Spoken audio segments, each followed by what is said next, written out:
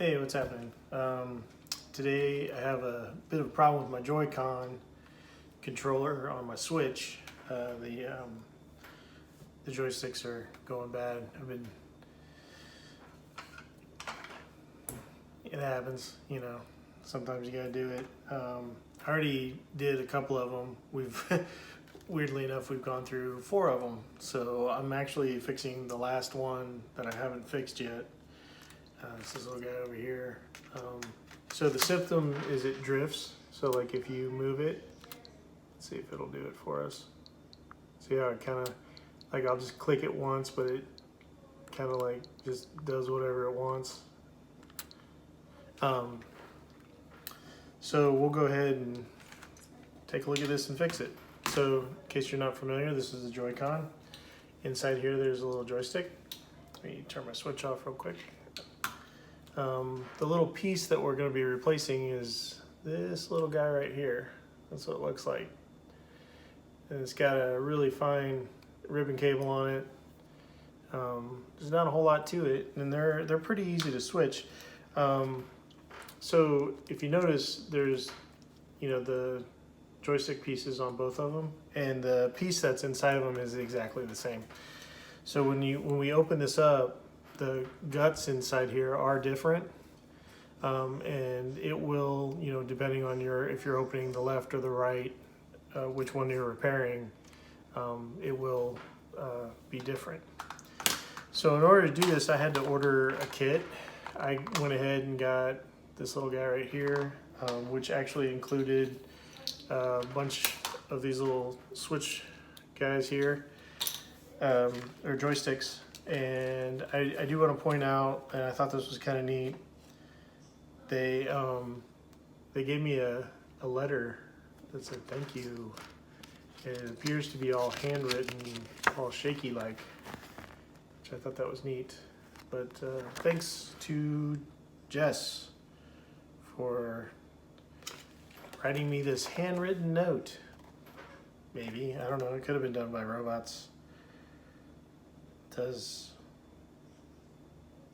All the ends do look pretty much exactly the same, so it's probably just some sort of font, but I just thought that was neat. They were talking about small family-owned business, so I want to give them some shout out. So what's in here, there's switches, there are 2 different sizes of screwdrivers, you get some tweezers, those are fun, some pry stuff. Oh, this particular one that I got, they had all these different little caps, which I probably won't use, but whatever. So to brush out the dirt, some metal things that I don't even know what they do, but oh, some extra screws. That's pretty cool. Another little prying doodad. These prying doodads, I don't know if you guys ever fixed a phone or anything, but when you do the screen on the phone, they usually send you these too. And I noticed they sent me a suction cup, which doesn't really apply to this, but the prying doodads, my guess is this kit is probably a kit of other kits. And usually they give you this when you're doing screen repair, like these type of things. So we got all that in the kit. And then it came with some switches, and you can buy just the joystick pieces for like, it wasn't a whole lot of money. Like I feel like it was less than like $7. But this one came with all of these tools and 4 joysticks for to repair. And I don't think I paid over 20 bucks for it. It might have been maybe, I don't know, 20, 25 bucks, but it was all on Amazon. And then this is the instructions they gave me.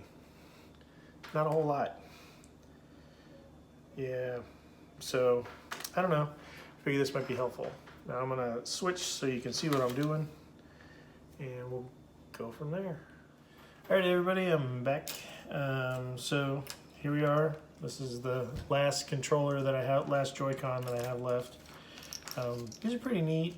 If you haven't really messed with these, I'm guessing you have. If you're watching this video, you're probably having a problem with drift. But so one of the things I wanted to point out was, if you look at the screwdrivers they sent us, there's one is kind of like this triad tip. There's like 3 pieces, and then there's like your normal Phillips. And if you notice, they're different sizes. And then these 2 are the same kind of thing, where there's a, you know, the triad, but it's a bigger size. And then there's also another Phillips.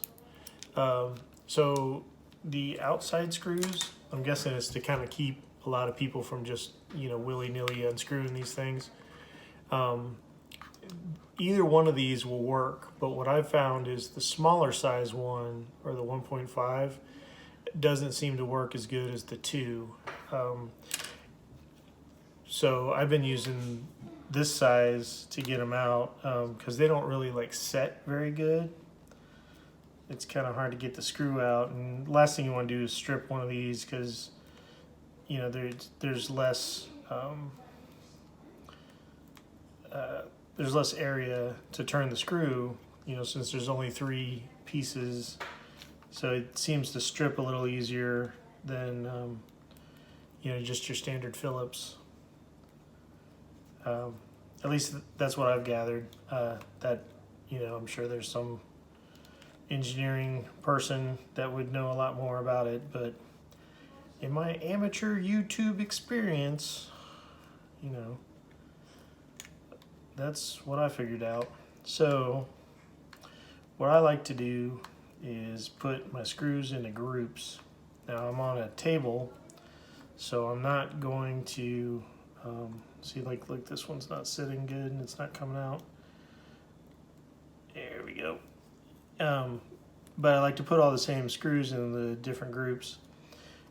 Sometimes I'll use like a bowl and then put like the different screws into different bowls, but not today, you know, for the video. So I don't know if you noticed, but this tool is not magnetized. The smaller one, the triad shaped one is not magnetized, but the smaller Phillips one is magnetized, which was pretty nice. I kind of like it when they're all magnetized, but that's, you know, just a little thing. So if you notice, that opened up really easy, just kind of like ran alongside. There's little, you know, the little catches in there that kind of keep it together. Nothing too big. Now this one of the 2, which this would be the one that's on the left-hand side, is a little easier, in my opinion, to take apart. The other one had, I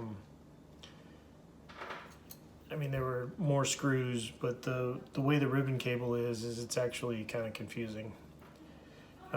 So just a couple things to point out, because I didn't do it right on mine when I put it back together for my other set, is this ribbon cable right here does go on the inside of this screw.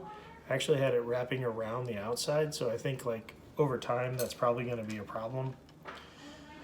So the rest of the screws, weirdly enough, are all Phillips. So there's only the exterior ones, which is probably just to keep, like I said earlier, you know, just to keep people from taking stuff apart,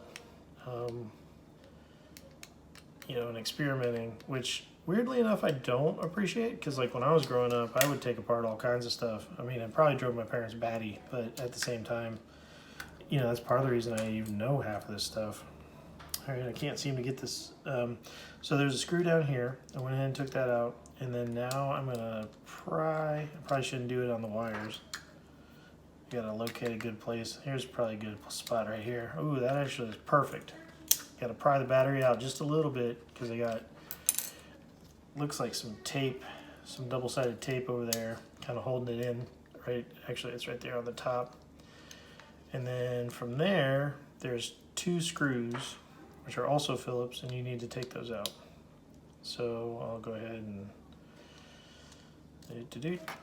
once again, magnetized. Really small screws being magnetized is an awesome thing. Makes it super easy. So go ahead and take those out. Boop, boop. And then from there, this piece will lift up. All right, and now if you notice, oops, as the top trigger does come out. Let's see if I did this right. I feel like it's sticking to something. There we go. This one just opens right up. Boom. And then here's your joystick right there. So that's the back of it. But you probably can't see this very well, but like right here, there's a ribbon cable that goes over top. Now these ribbon cables, nicely they give you these little tweezers. And the front of them are pointy, so you don't want to like puncture your ribbon cable. That would be a sad moment. But I like to remove this one on this side. Just kind of like pop it out a little bit. You got to flip the little tab there. Mine was gray. And then from there you take your screwdriver, Phillips once again, and you pull out the little screw. All right, let me make a new pile for this guy. 2 piles going on here. And take out the next one. Boop.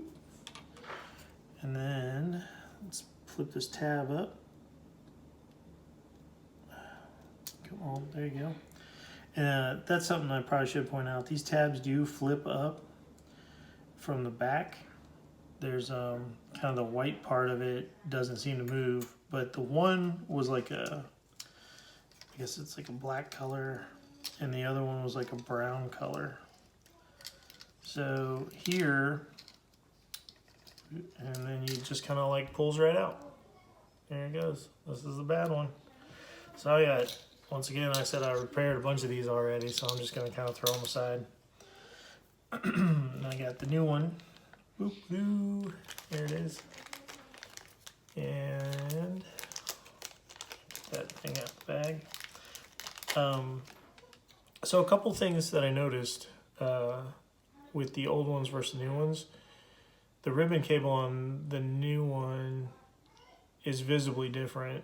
Plus the housing on them are different, but they seem similar enough that, you know, quality wise and stuff, I don't think there's much of a difference.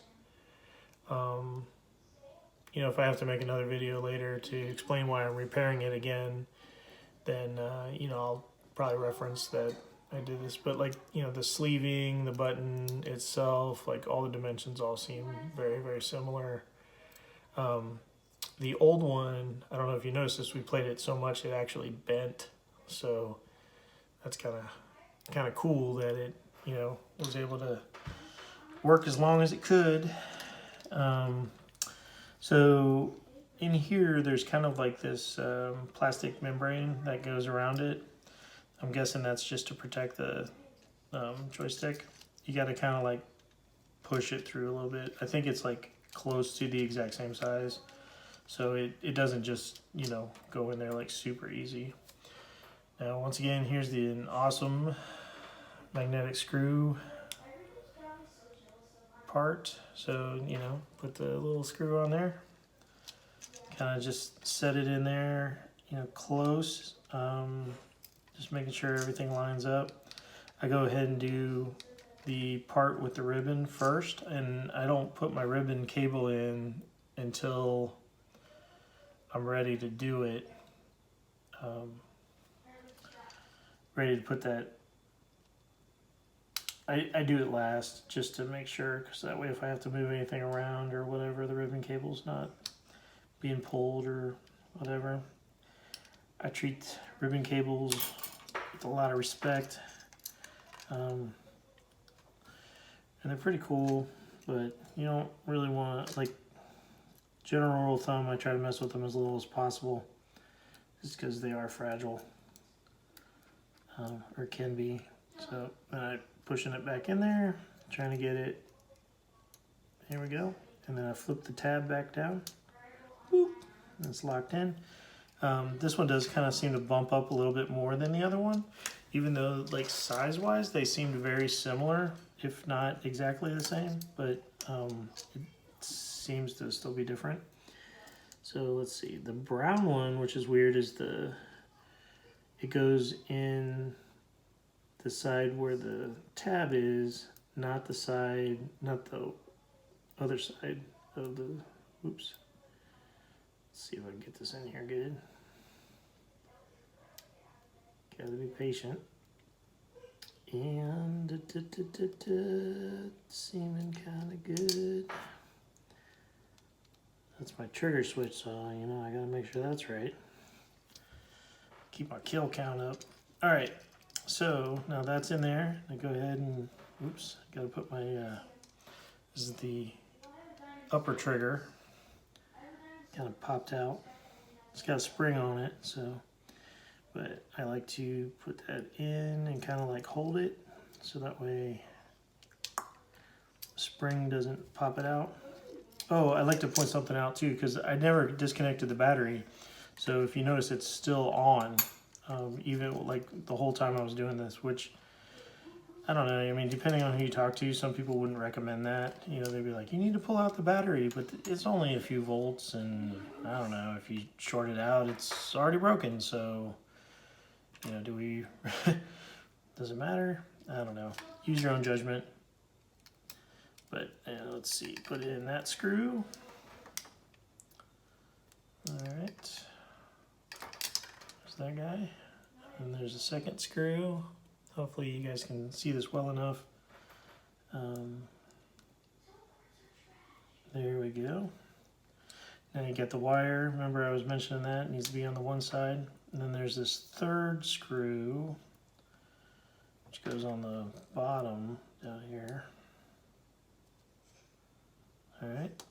And then remember there's the sticky tape, so we got to put our battery back. And then I'm assuming if, oops, look at that. I put the battery on the wrong side. Boop. I'll switch that real quick. So you want the battery on this side where the wires are on there, because basically you just want to make sure the wires go where the gap is, because you know this is something that gets a lot of usage, so you don't really want your cables and that kind of stuff getting crimped or caught in between something. It could cut it. All right, so here we are, ready to close this guy up. Now, so here, this one is the easier one. If you notice, like, make sure the ribbon cables don't get too bent up. This one already was like indicated that it was bent, so that seems like that's the right way to go, you know, from the factory. So I just need to make sure that this side lines up for the charging where it slides in. Kind of just comes together and snaps like so. I like to give it a little run through just to make sure, you know, things are working. Now that's another thing I did notice. Like, so when I go to use it, oh, I guess it's gonna work. Well, sometimes the wireless wouldn't work on some of them, like out of the box, and I had to reset it. So let's see here. Now, if you see my screen, it's kind of moving stuff back and forth. If you notice, it doesn't drift anymore. Pretty cool. All right, well, I'm gonna go ahead and put these screws in here, but I'm gonna let you go because I don't think you need to be bothered by watching me put in more screws. All right, well, hey, thanks for watching my video. Do me a favor, give me a thumbs up or a like or whatever. I'm trying to get my count up, trying to do monetize. I like to make more videos of just some goofy stuff that I'm doing around the house, like simple repairs, you know, DJ stuff, maybe mix music, who knows, I don't know, do 3D printers, laser cutters, you know, whatever. Also, if you guys want to see stuff or ask me to make a video of something particular, you know, if you're still having problems with this, like, feel free to ask questions. I'll answer them as best as I can. And I think that's all I gotta say. Talk to you later.